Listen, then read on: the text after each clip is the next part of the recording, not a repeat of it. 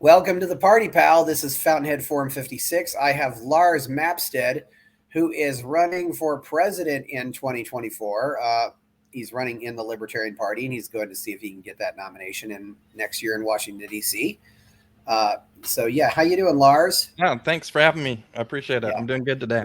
this is the second time I've had a candidate on here. I had Joshua Rodriguez on here a while ago. So Lars, how'd you become a libertarian? Oh, that's a good question. All the time I've been voting, I kind of just listened to candidates speaking, and I would listen to what their positions were on things, and that's how I decided whether I would want to vote for the candidate or not. I never really understood parties, especially early on when I was, voting in my my late teens, my early 20s, and basically, like I watched a lot of financial news, FNN before they became CNBC, and Louis Rukeyser, Wall Street Report, that sort of thing. So I got a lot of my news from business, and so I was very fascinated with the deficit, with debt, with fiscal responsibility, and along came a candidate called Ross Perot, right? And Ross Perot he had all these charts, and he was talking about how the debt was spiraling out of control, and that we were selling our grandchildren and our children down the river, and it was bad news, and we needed to get our fiscal house in order. And so I voted for Ross Perot, and then the next candidate that came along that really caught my eye was this guy named Ron Paul. And Ron Paul was doing the same thing. He was talking about the deficit, and we needed to get these things under control. I voted for Ron Paul, but I didn't even know that he was a libertarian. I just voted for him because he seemed to have the same kind of ideas that I did, that I liked, right? And I didn't really discover quote unquote libertarians until Gary Johnson was running, and I was on Facebook, and they had one of those quizzes that's like the world's smallest political quiz or something like that, right? And everybody was passing it around, and I took that quiz, and I thought, this will be funny because I wonder if it's going to peg me as a Democrat or a Republican. I've never felt like either of those parties represent me, but it'll be interesting to see what this quiz, says. And lo and behold, the quiz put me in the very upper top of libertarian. And I was like, libertarian? So I literally had to Google it, right, and see what a libertarian was.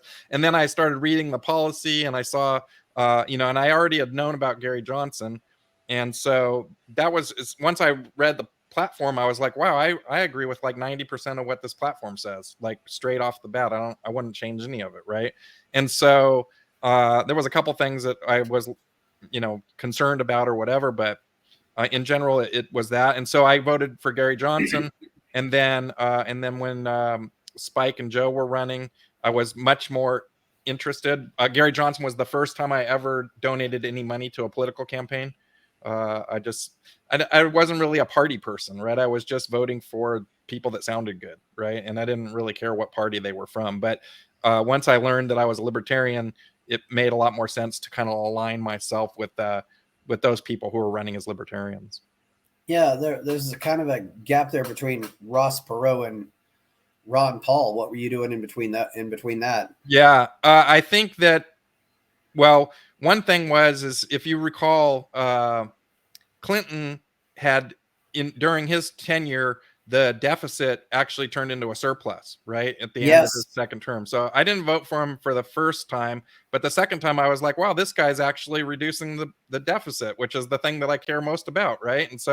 And then the other thing is that Ken Starr and all that, Gingrich, Newt Gingrich, and all those guys were on the witch hunt for Clinton for having, for getting a BJ in the office, right? And I always thought, why do I care what that guy did behind the scenes, right? Like I just and it was almost, so I ended up voting for him the second time mostly as an FU to the Republican Party, because I just felt like it was a witch hunt that was unnecessary, right? And so I think that was the only time that I really voted for somebody that wasn't an independent or or a libertarian.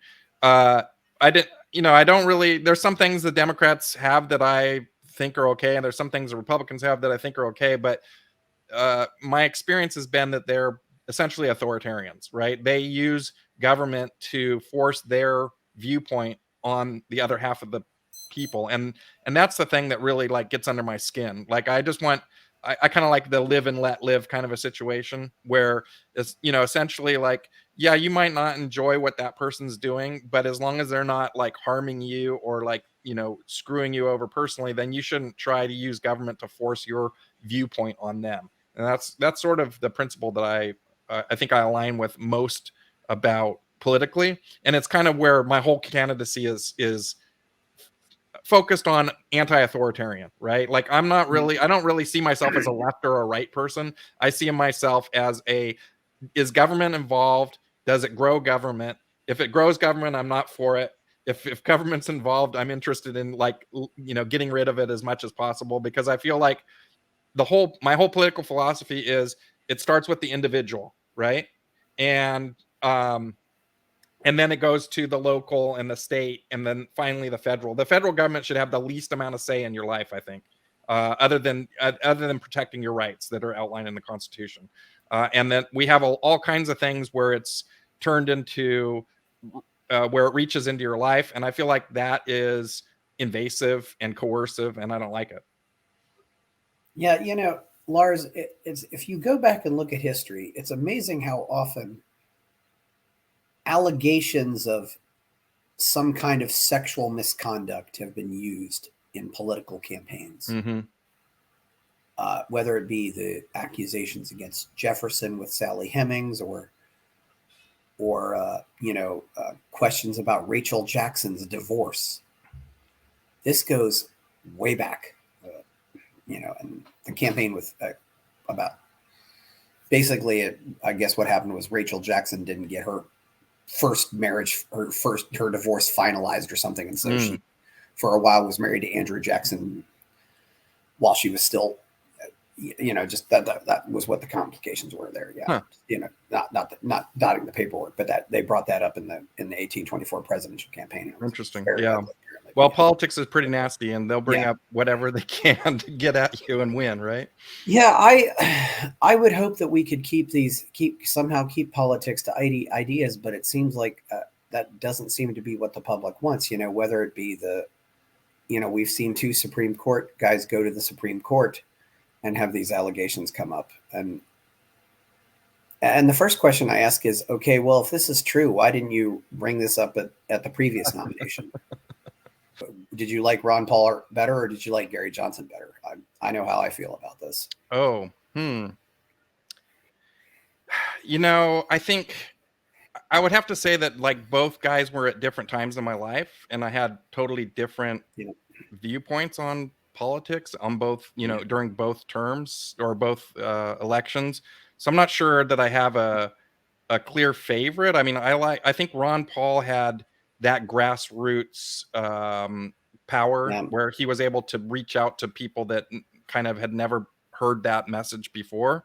And I think Gary Johnson had, 2-time governor under his belt and had the ability to do fundraising and bring in even more reach than anyone else had ever done for the party. So I feel like they both delivered. And it's also hard because with inflation, obviously money is different, right? In Ron Paul days, his money is not the same as Gary Johnson days money, right? And so, I think they both brought a lot to the party, and I don't know that I have a clear favorite. I do think that Ron Paul has had better messaging overall. So I don't know if that answers your question, but this may sound odd, but if they were both running for president, I'd vote for Ron Paul because of what he says about the Fed and foreign policy. But if they were both running for governor, I'd probably vote for Johnson. Okay, that makes sense. Yeah. I don't think you could go wrong with either guy. So because I don't know, Ron Paul talks about the Feds shouldn't be doing these things. Okay, well, what do you think about the state? Should they not be doing? I don't know where because the Constitution doesn't really prohibit the states from doing things that, and there are a lot of people who, I don't know how you'd be on civil liberties at the state level. It'd be very interesting. But anyway, most people were okay with both, I think. And, I think Johnson's a very successful person. I mean, so what have you been, what offices have you run for in the past? This is literally the first office I've run for, and Yeah. my history is essentially I grew up really poor. I mean, poor to the level where I had an outhouse and no electricity for a number of years. And I was kind of fortunate enough to stumble into computers as a teenager, and then I lived next to Silicon Valley during the very beginnings of the internet in 1993, 1994, and I was introduced to the internet, and I got into basically I started a bunch of companies, and it was mostly focused around marketing and sales and kind of coming up with new ideas and ways of doing that sort of stuff. And I had ran a number of successful companies, and then the largest of which company that I ran, we grew to 600 employees doing $350 million in revenue a year. And that company was called Friend Finder Networks, dating websites. Yes. And so that was me and my partner. And so we ran that for a number of years, and then we sold that in 2007. And after that, I was going to retire because we obviously sold for a good chunk of change, more than a guy growing up with an outhouse and no electricity would ever imagine that he would end up with, right? But that only lasted a few months, and then I realized my brain requires me to do activities to like progress, to like try to make things better, or just be a productive member of society. So one of the things that I do is I race cars, I collect cars, and I love old hot rods and that sort of thing. And so Facebook was just kind of coming of age around 2007. And so I started a bunch of Facebook pages around my car hobby, just to kind of share pictures and videos and that sort of thing, and different car shows that I go to. And that turned into a business that amassed 25 million fans on Facebook, and turned into a 10-year business that I did until Facebook basically changed the rules in 2017 and kind of killed the business model. But it was a very successful business, and it's I'm very good at social media, at getting followers and getting my message out to people. I reached 23 million people on Facebook since launching my campaign, and just last week I reached 1.5 million people with a meme about in taxes, basically how taxation is theft. And part of my platform is running the fair tax, because I want to abolish the IRS and kind of simplify the tax code and make it more voluntary instead of forced coercion. So you've got the marketing and promotional skills. This is very good. Yeah. What do you, looking at some past presidential campaigns from the LP, what do you think they did right, and what do you think they did wrong? Yeah, it's interesting. Well, part of the process of running for president is I've been listening to different candidates over for a long period of time. Fortunately, we have a lot of records of candidate speeches, Harry Brown, and I've been just listening to a lot of the speeches, and I think it's really interesting that it seems like the candidates kind of come up with some of the same ideas over and over again, and then like every so many years they roll out this idea that they say is really novel, but it's really a rehash of what somebody else had already done in the LP before. And I think most people don't dig that unless you've been active member of the party for like 40 or 50 years. You have no idea of all that history. And so I was recently in Atlanta and Alabama. I went to the Alabama convention, and while I was driving, I drove to Tennessee. And while I was driving to Tennessee, and I was driving all around, I listened to like 4 different national conventions entirely. So it was quite interesting to like kind of get some history on the party and kind of listen to what the message was from these old school candidates. I think I like a lot of what Harry Brown says. I read a couple of his books. I think that he kind of introduced me this whole idea of government coercion in our lives, and that's kind of the root of the corruption and the division in America, and that if we want to end the division in America that we see so prevalent, we have to stop this coercion where one side pits their government force against the other people's liberties, right? And then we go back and forth, and they just keep pissing each other off because they're using government force to tell the other group of people what to do. Yeah. By the way, if you're in Alabama, on the east side of Birmingham is the Mustang Museum of America. Okay. Check that out. Yeah, Okay. Nice. All right, you're a Mustang fan, yeah, I gather. it's a bunch of Mustangs. Okay. What's your favorite year Mustang? Well, you got the marketing savvy. So, what do you? What is there anything else you'd want to do here? I mean, obviously you put it out there. Do you think the presidential candidate should try to get votes, or do you think he should try to get members? Yeah. So, for the Libertarian Party, it's kind of an interesting situation. I feel like the president's main job is to grow the party membership, to fundraise for the party. Every 4 years, the presidential candidate is essentially the largest fundraiser for the party, right? And it's also the time where the most growth happens for membership, right? So I feel like that's a big part of running as a libertarian. Obviously, we want to bring messaging that resonates to the most people so that we get the most donations and the most new membership growth, kind of a thing. But one of the big plans that I have, and I don't know if maybe you heard it so far or not, but I plan on winning a electoral vote in 2024 and putting us on the map. So yeah, so that's one of the things that I'm trying to do, and so I think it's doable. I've nailed it down to the state of Maine, and they have ranked choice voting in Maine. They also split their electoral vote, and yeah, they might do that in Nebraska too. I think. Yeah, they do. Yeah, but they don't have ranked choice voting in Nebraska. Yeah, that's a good. Yeah, that's an interesting strategy. I think getting electoral vote. I don't know how much that would help us or not, but yeah. So, well, imagine on election night. Imagine on election night, we are going across the map, and California is blue, and Florida is red, and Texas is red, and holy crap, what is this gold up here on the map in Maine, right? And then imagine if the Maine was the deciding factor in the election, and it through the election one way or another, libertarians would be the talk of the town for months on end, right? The pundits would not stop talking about it, and that would get a lot of people to be like, wait, so libertarians caused this? I mean, they might get angry at us, but they also might look us up and be like, what the hell is a libertarian?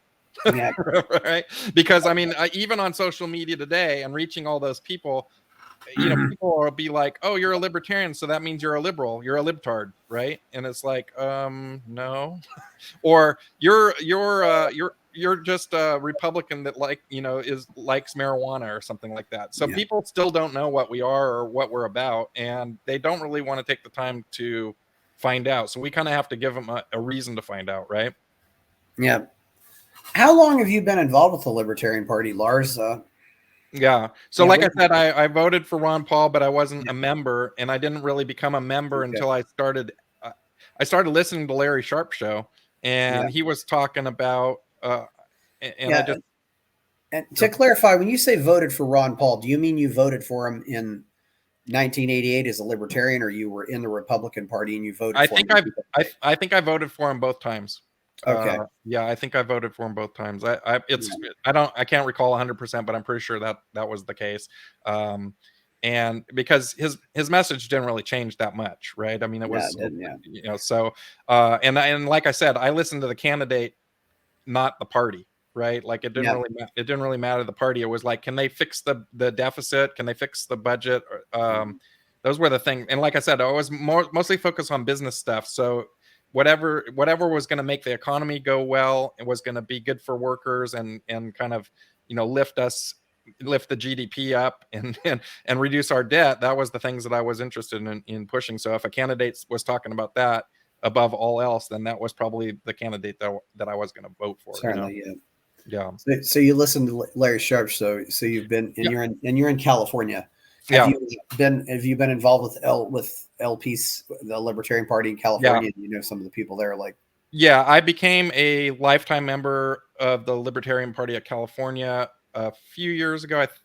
I think I became a lifetime member of the National LP in 2020. I got a card here that says in 2020. I became a national member, and that I think I donated some money to Gary Johnson, like I said, and I was registered as a libertarian. I didn't really become a paying dues party member until 2020, and that was really because I was looking at the Joe Jorgensen Spike campaign, watching the convention, and listening to the convention, and then listening to Larry Sharpe talk about what he really thought we should do to have a presidential campaign and what that should look like. And so a lot of the reason I'm running for president is I kept listening to Larry Sharpe. He made so much sense. I was like, well, I could do that. I'm going to do that. Yeah. I'm going to do that. Yeah. So I've been following his game plan, for basically 3 years now. Yeah. Right. So you didn't maybe think maybe I'll try, because, maybe I'll try running for governor first or something like that, because. Yeah. And in California, we had a runoff, and there was an opportunity to do that. But I had already announced running for president. And I feel like part of the thing is I want to advance some certain thoughts and ideas to the American public. And the best way to do that is through the presidency and not through a governorship or through a senator or something like that. I really want to call attention to the unfair ballot access situation that's going on around the country. Everybody believes that the elections are rigged. The Democrats think the elections are rigged. The Republicans think the elections are rigged, and the Libertarians know the elections are rigged, right? Because we see the suppression, we see the lawsuits, we see the changes in the law. If Ross Perot, got on the debate stage, and then they're like, nope, we're not ever having that again. We're going to change the rules, and that's the end of that, right? So, and then just like what happened to Larry Sharpe in New York, they just essentially changed all the rules on him mid journey through his governor race and completely screwed him by changing the signature requirements to get on the ballot, right? And in California, we have a top two system where only the top two vote getters make it to the ballot. So there can only be two people, and it might be two Democrats. If one Democrat gets 40%, the other Democrat gets 40%, and a Republican gets 20%, your choice in California for president is Democrat A or Democrat B. And I find that offensive, right? That to me is not a free and fair election, right? And now we're seeing the Democrats, we've got Joe Biden running, and then along comes Kennedy, and along comes Williamson, and they're like, well, we're not even going to have debates because we've already selected Joe Biden as our candidate, and we don't want to platform those people at all. And so those people are like, wait a minute, it's un-American to not let people debate. And I was like, so where have you been championing for third parties and independents for the last 50 years who haven't been allowed to debate? Oh, you only like free and fair elections when it applies to you. Well, there's certainly been a lot of people like that. I remember Justin Raimondo, talked about, he couldn't get he was running, against Nancy Pelosi, and he couldn't get a debate with Nancy Pelosi. He would even go to events and show up and, ask her questions. And it's, they're only in favor of democracy if it gives them the outcome that they want. Right. But if it doesn't give them the outcome they want, they'll try other means. And to me, that's un-American. That's like that smacks in the face of everything that we're supposed to be, right? And it's corruption, it's collusion, it's not good. It's not good, and that kind of activity makes the voting population just so skeptical and so disenfranchised, right? That they don't want to participate. And so you get less and less participation, and you end up with people that are just disenfranchised with the whole system, right? Yeah. Yeah. Were there any past other people in the past well, you mentioned Ross Perot. Is there anybody else from the past that you thought ran a really good campaign? Anybody that really inspired you at any level? I mean, it could be somebody who wasn't that famous, Yeah, I mean, I didn't agree with Barack Obama's politics, but I think no one could argue that guy was one of the best orators ever, right? Oh yeah. Like you listen to the guy's speech and you like hated every word of it, but you're like, man, this guy sounds good.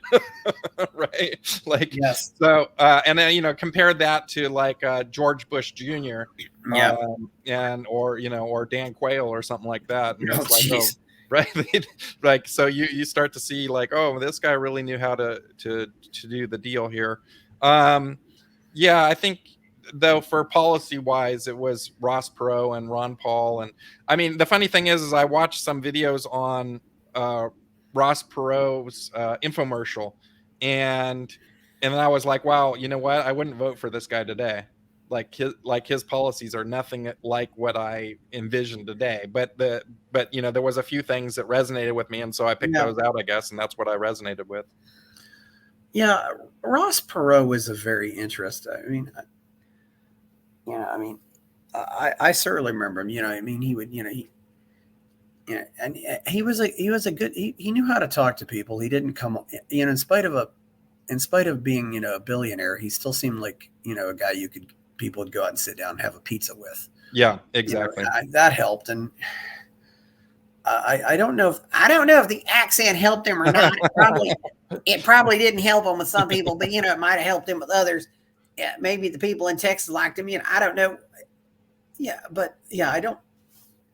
That's yeah. He was very much a pragmatist. I don't know how he would have.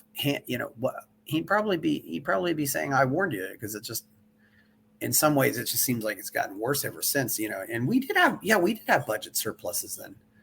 What do you think's changed for you in your political evolution? It sounds like you've always been somewhat libertarian, though. Yeah.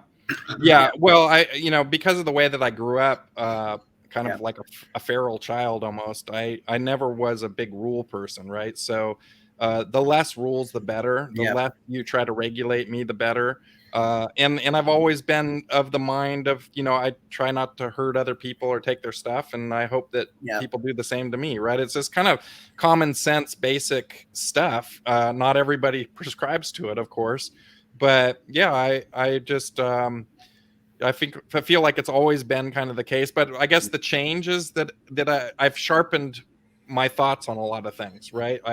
And part of running for presidency is like I have a campaign, a policy group, right, that I meet with, and we're going through each issue and really debating them and coming up with the policy for each issue, and that sharpens your ideas of each area, because a lot of times when you're thinking about things, you kind of hear surface stuff and you form an opinion about it, but you don't really dig into all the positives and negatives of each issue, right? And you start looking at things a little bit more closely, I guess I guess that's what's changed. And so some of my things have changed simply because I looked at them more closely, and I was like, well, when you start really digging into this, it doesn't make it's not actually can happen, right? So so then you have to rethink your policy, essentially. Yeah.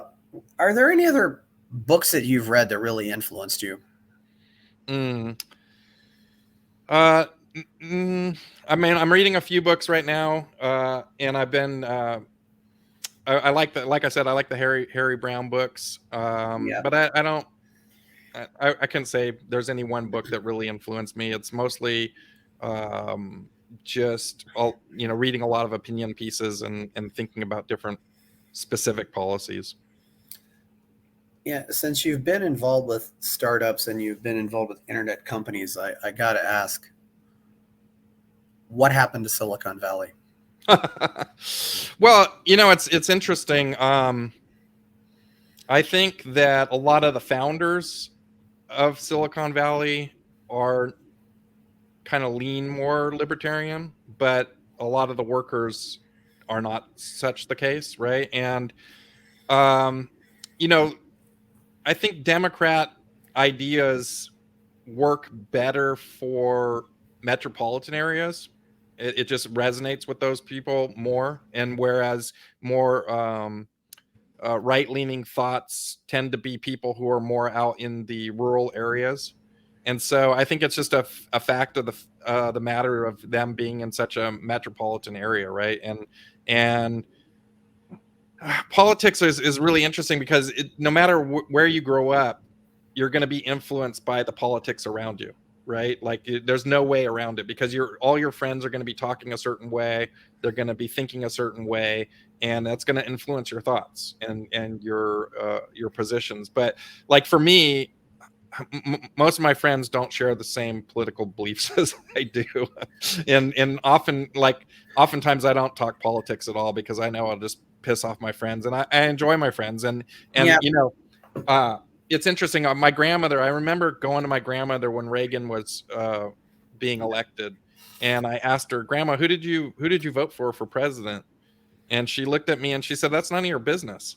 And I said, "What?" And I said, "Well, I just want to know like who you voted for." And she said, "Yeah, that's none of your business. It's a personal thing." And I was like, now that I look back on that, I kind of think maybe that was the right way. Like we all wear our politics on our sleeve every day, and we all push essentially what our ideal is, right?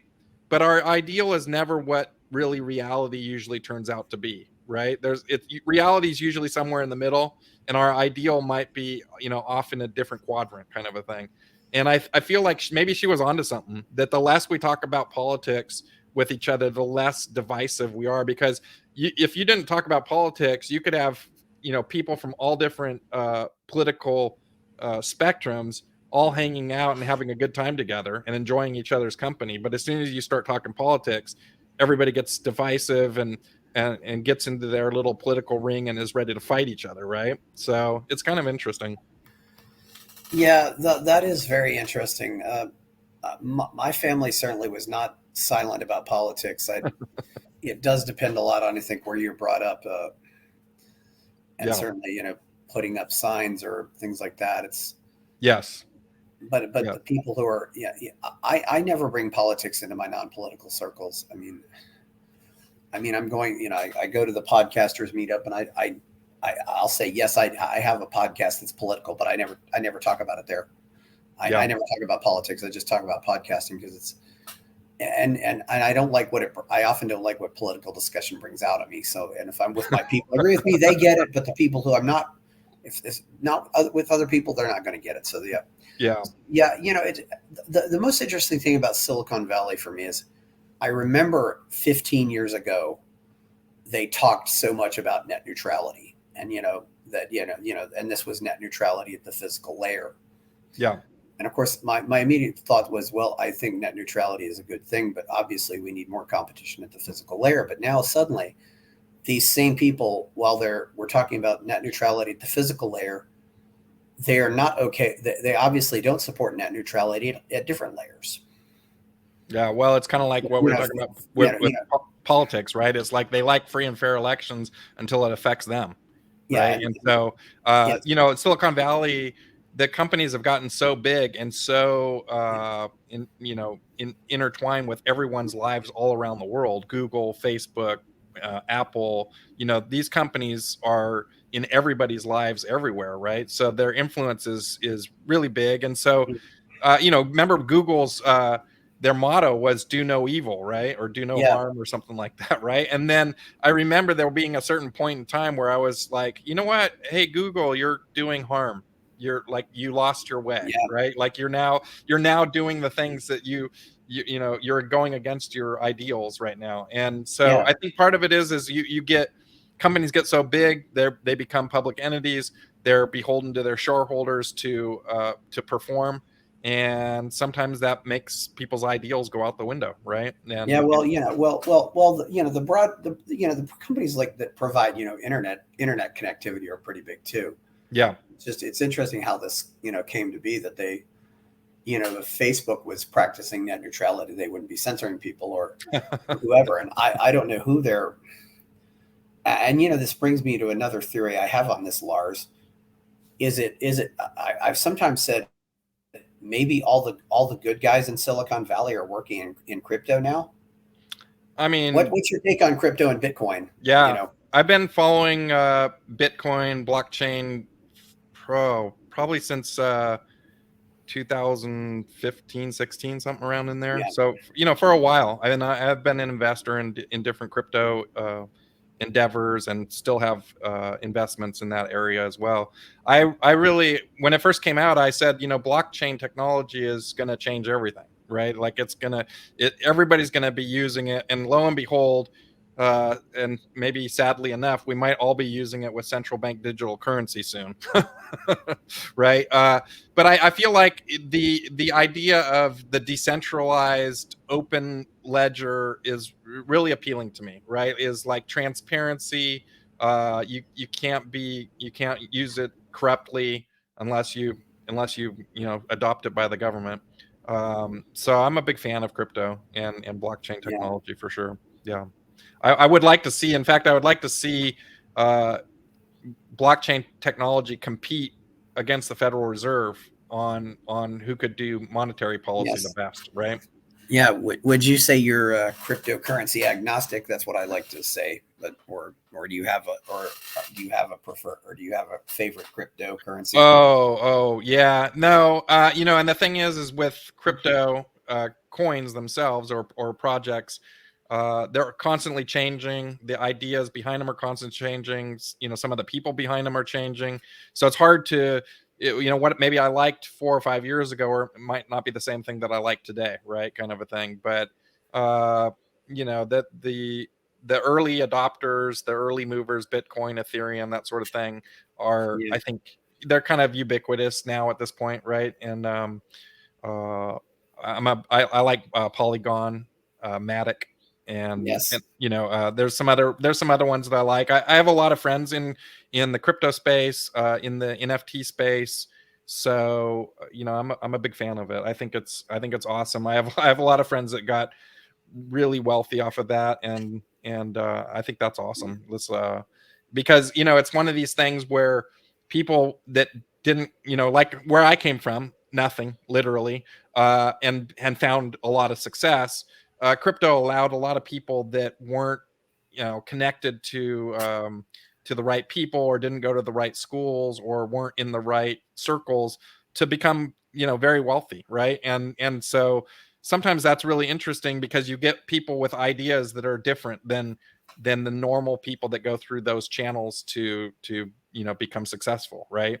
And Yeah. I think that's good. I mean, part of the reason I'm running for president is I want to bring another voice, a different voice, to the presidency, to the run. And so I'm a big fan of any time that uh, alternative voices can rise up and basically share their belief system, and other people can like latch onto that and say, you know what, that's what I believe too, but I've never been represented, I've never heard that, because mainstream doesn't push that, right? Yeah. Are there any big names in Silicon Valley that you happen to know or have uh, met? I've met people at different functions. I did some angel investing for a while, so I met a Yeah. bunch of people, but I wouldn't say that I'm like Mhm. friendly with anybody that's super well known. It's just part of it was the dating scene that I was Yeah. in was kind of shunned by a lot of the rest of Silicon Valley, because I mean they all wanted to do business with us because we were making a lot of money, but they really didn't want to be like associated with us. And so Yeah. uh, that was kind of an interesting Well, it just blends with my life. The way my whole life has gone is like it was perfect for me, right? well, you had a different, well, yeah, Friend Finder was a little different though. There was also, Adult Friend Finder and Yep. stuff like that. That was a little Yep. more grown up. It was uh, I don't know, but some of that stuff seems to do well. What do you think about Peter Thiel? Yeah, he's an interesting guy. He's I don't think that he's libertarian. He has a lot of right-leaning stuff, and Yeah. some of the stuff that comes out of his mouth is very authoritarian. Yeah. But I think that he has some good ideas, and definitely has some libertarian ideas. So I Yeah. think he's an interesting. I mean, he's clearly a very smart, very very smart guy, and Yeah. he's had his fingers in pretty much everything there is in Silicon Valley, right? And then he got into politics, backing Trump and stuff. But he said that he's not going to be backing anybody in this Yeah. next election. Yeah, I'm a little worried because it seems like he's putting some money into surveillance technologies and things like that, which might be, Yeah. which is He had a he was some of the one of the companies that he found was Palantir. I don't know if yeah, you're yeah, that's familiar with. exactly what I was talking about. Okay. Palantir, yeah, Yeah, yeah. So Palantir. So actually, I've got I was I had an investment in Palantir before they went IPO, and so that's why I was paying yeah, attention to it. It's kind of it's a really interesting company, and they've, I mean, obviously, yes, they're into a lot of spy stuff. They're into a lot of government contracts, but as it turns out, they are huge AI people, right? Their whole yeah, business is essentially predicting, uh, like they can predict where breakouts of plagues are going to happen, or like yeah. COVID or whatever. They can also predict like whether a government is going to be overthrown or not.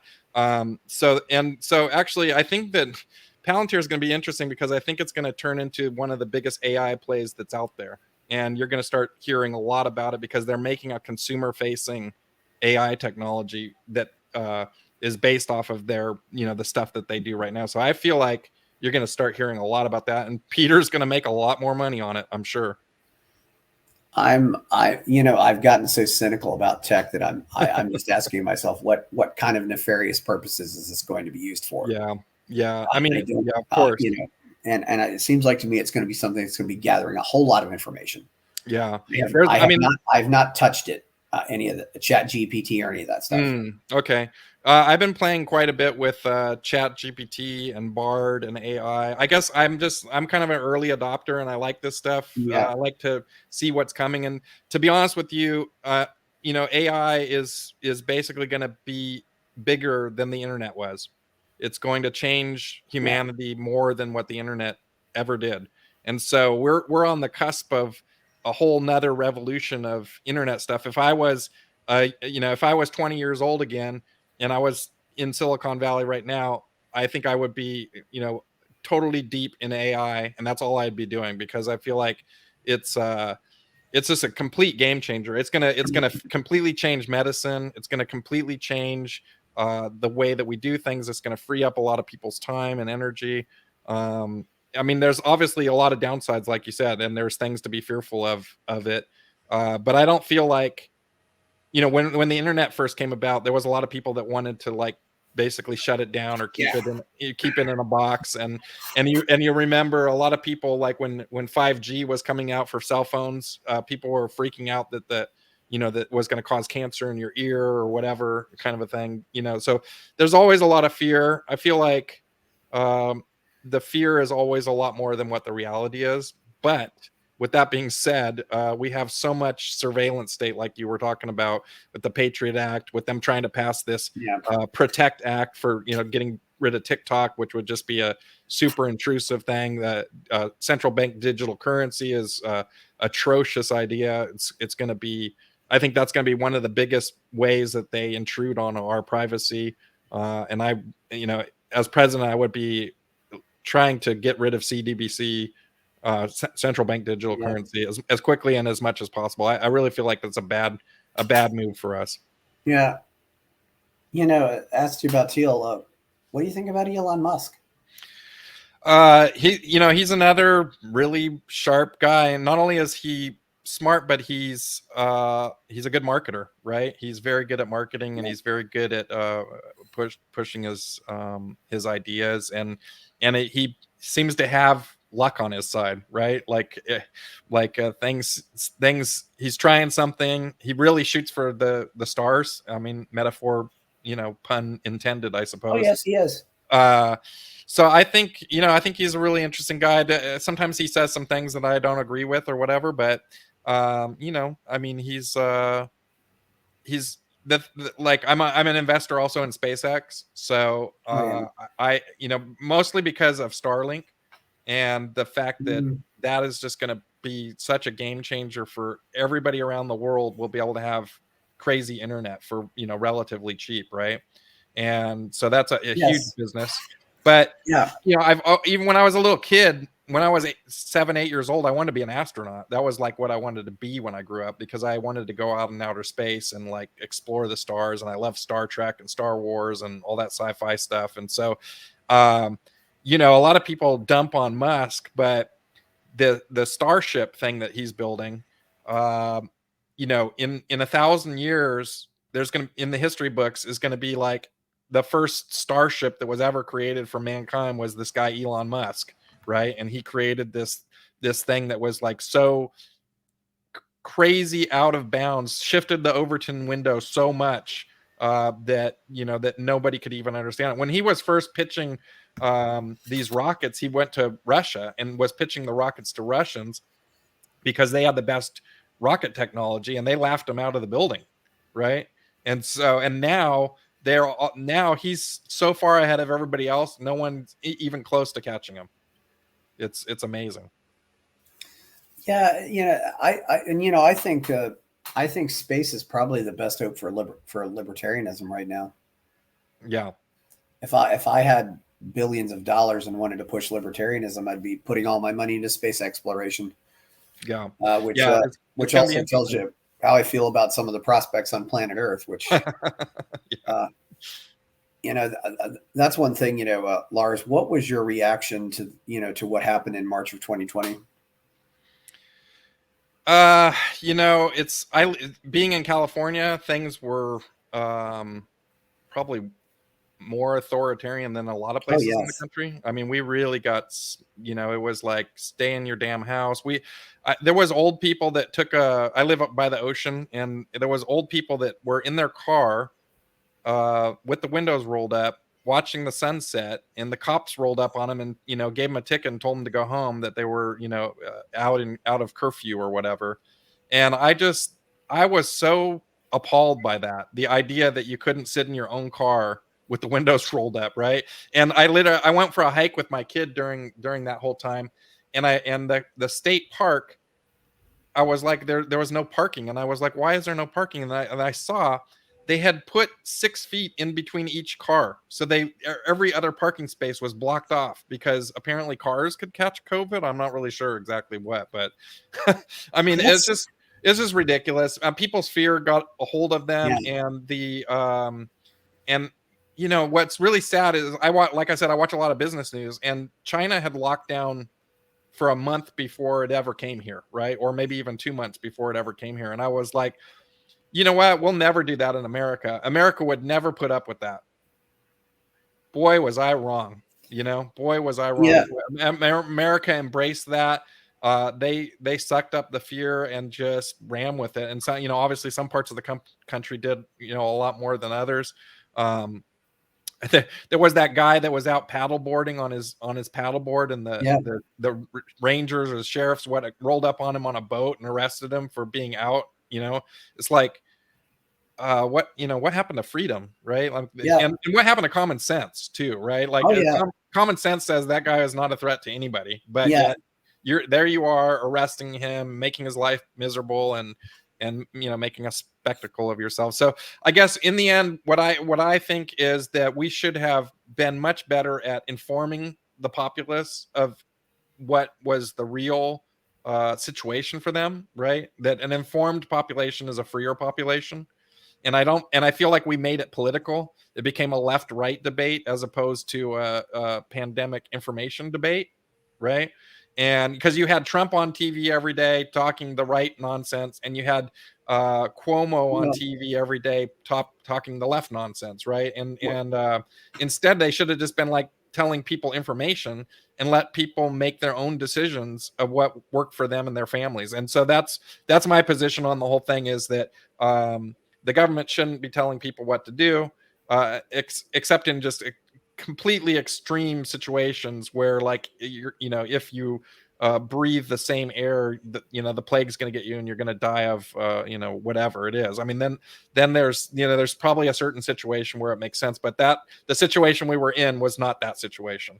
And so I feel like we went way above and beyond our authority to tell people how to live their lives, and people succumbed to it. And you know, I have to say that I also succumbed to it because that you really didn't have a choice, right? Like if you were out and about in your car, they were arresting you, right? Yeah, I don't know what I would have done if I'd been in California. You know, the story about the parking lot, I've never heard anything about that. I think that might top. Uh, I mean, when I heard about the woman in Peru who got arrested for taking out her trash, that was pretty bad. But but yeah, Yeah. and Peru was horrible. Yeah. I've got lots of connections down there, but Okay. yeah, I'm still been trying to get somebody from Peru on here, but but yeah, so but yeah, and of course, then there was I think somebody who got shot in the Philippines for not wearing a mask. But yeah, it's Yeah, well, I mean, yeah, Australia it was was insane, right? oh Like yeah, if you saw the Australia, yeah, picture, oh, holy crap, was that oh insane? yeah, Like I yeah, just couldn't believe what they put up yeah, with, right? I have yeah. a picture of that car situation too. Oh yeah. I took a Look picture up, of it because it was so yeah. ridiculous, right? Have you seen the documentary Battleground Melbourne? No. Look that up Okay. if you want to look at If I want to get really not angry. specifically Australia, but it was about Melbourne because you know because I've also heard that there were quite a few rural sheriffs in California who were very much thumbing their nose at this. Yes, that's true. Certain counties, you know, the interesting thing about that I learned about in during the pandemic is it's not the president and it's not the governor Yeah. that is the authoritarian. It's the local health department that is the authoritarian that has the Oh yeah. ultimate authority over you, and they're not even elected by you. Oh yeah. They're a position that's appointed by the city council or Yeah. the county board of Yeah. supervisors, right? And so, but these people have the ultimate authority, and I was just like, wow. Oh The yeah. lady that was in charge of my area, uh, she had taken the job because she had retired from whatever. I think she was a gynecologist or something like that, and she had retired, and she just thought it was an easy cush job that she could do for a couple years and then get an extra pension out of it, right? So when Oh pandemic yeah. hit, she wasn't prepared for, and it was clear, like when you listen to her press releases and stuff, she was so wishy-washy. She had no real idea, no real plan. She would change her mind. She would like, well, we're just going to go with whatever the CDC says, whatever Fauci says is what we're going to do. And you know, I would like to have people that are a little bit more independent thinkers, looking out for my welfare than just yes people, right? Yeah, yeah, it was really awful. I don't know. Back in the county where I grew up, literally it was a I remember this was years ago, but literally the health department just said one day, okay, no more smoking in public places, just like that. Just by health department decree in one county, Yeah. a small county of about 30,000 people. It was amazing how never voted on or anything. Yeah, uh, you have all of these cases where it really so much so much lawmaking is now just by executive order, and I think that's a real serious problem. It's not what it was supposed to be. Yeah, You I know, agree. I've been easy on you, but I got to bring this up. I if I could wave a magic wand and replace the income tax with the national sales tax, I'd probably say maybe that's better. But I think there are a lot of things that could go wrong with this, and the biggest concern I have is we'll end up getting stuck with both. Yeah. How do you prevent that from happening? I mean, Yeah. Well, HR 25, which is the bill that's before Congress and has been before Congress for 20 years, it addresses that, right? It basically you implement the fair tax, the HR 25, and it goes into effect. But if the 16th Amendment isn't abolished, I think it's like within 1 year or something like that, then that that entity dissolves, right? It doesn't stay into effect, kind of a thing. And I mean, I see what you're saying, but the reality of it is if the government wanted to pass a VAT tax right now, they could, and it wouldn't surprise me if they do at some point in the future, because we're running out of money, right? Like we either have to cut services or raise revenues. That's really the bottom line, because the deficit spending that we're doing is out of control, and the entitlement spending. You remember like when Ross Perot was running and when Ron Paul was running, you know, people would talk about the military budget. The military budget is 70% of the, you know, the overall budget. So if we just reduce the military, we could get everything under control, right? That was like the line that everybody said all the time. Well, today the military is less than 16% of the overall budget, right? And if you got rid of the military 100%, just wiped the military off the map and didn't have a military anymore, you would still be deficit spending. Like that's how big entitlements have gotten.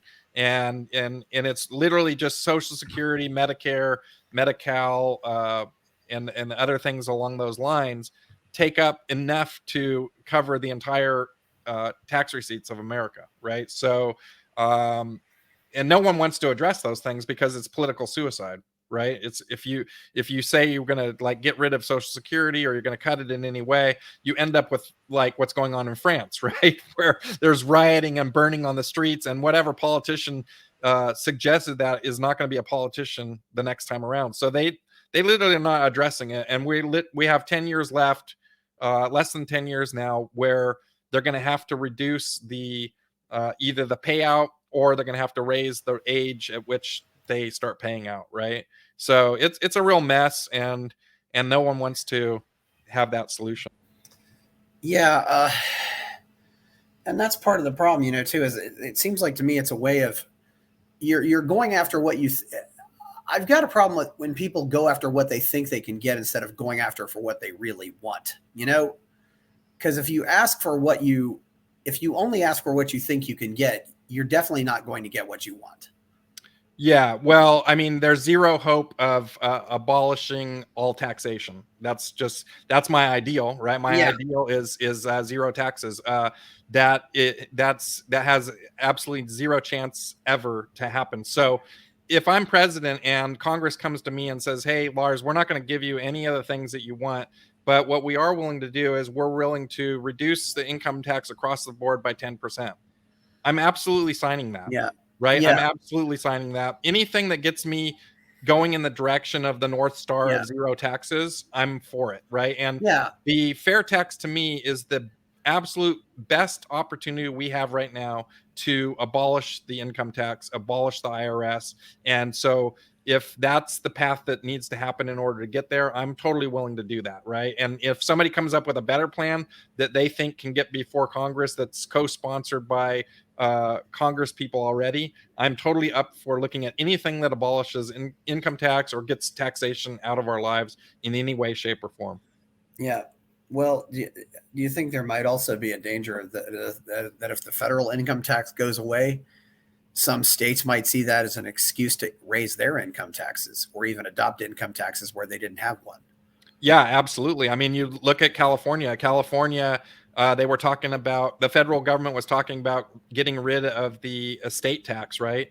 On the death tax, and immediately California said, "Well, we see that they're no longer going to have a death tax, so we're going to now up our death tax to 35% to cover all the difference between what was happening with the federal government and the states." So then you end up with the same situation you have right now. Like, if you feel overtaxed in the state that you're in, the only real option you have is to vote with your feet and move to a state that doesn't tax you in that manner, right? Yeah, considering that, I'm kind of surprised. Why are you still in California? Because it sounds like you could go anywhere, Lars. I mean, really. Yeah. So, I mean, the reality of it is that the majority of my quote unquote income earning days are kind of behind me when I was running my company, right? And then I sold my company, and now I have capital, and so I have dividends and capital gains and that sort of thing, which is taxed differently than income. It definitely cost me a lot of money to live in California, as opposed to, say, moving to Florida or Tennessee or states that don't have income tax. But the reality of it is I still have one kid in school. So she's enjoying her high school years, and I have 40 years of friends, right? And it's hard to just say, I have a pretty big social circle. And so it would be really like challenging for me to just up and leave all of the people that I enjoy hanging out with every week and then go be all by myself in Florida or something like that. I fully respect that. You can't move a teenager. No. They will hate you for the rest of your life. I mean, but how many kids do you have? I have 2 daughters. Yeah. Okay. Yeah. Yeah, and you're still married, or? Yeah, I've been with my wife for 30 years. Oh yeah. What do the wife and kid? Okay, so it's all girls. So what do they all think about this? Uh, they, that I've always shot for the stars in all my business dealings. My wife has always supported me. She says, I say, what do you think about this crazy idea that I have about whatever it might be? And she just always says, well, are we going to have to be on the street? No. Okay, then do whatever makes you happy. Whatever, Yeah, whatever. So they're supportive of it. Do they think that, are they super rah about me running for president? I think I think that they could take it or leave it, kind of a thing. But yeah. they're proud of me for doing what I want to do, what I love, what I think is right, and they are willing to support me in any way, shape, or form that I ask them to. I just thought of this, and I got to ask, since this was one person running in 2020 that I really liked. Did you know Mark Whitney? I can't say that I did. No. Okay, because he did some tech stuff too, and he's from California. Okay. I don't know. Yeah, I don't know if there's any.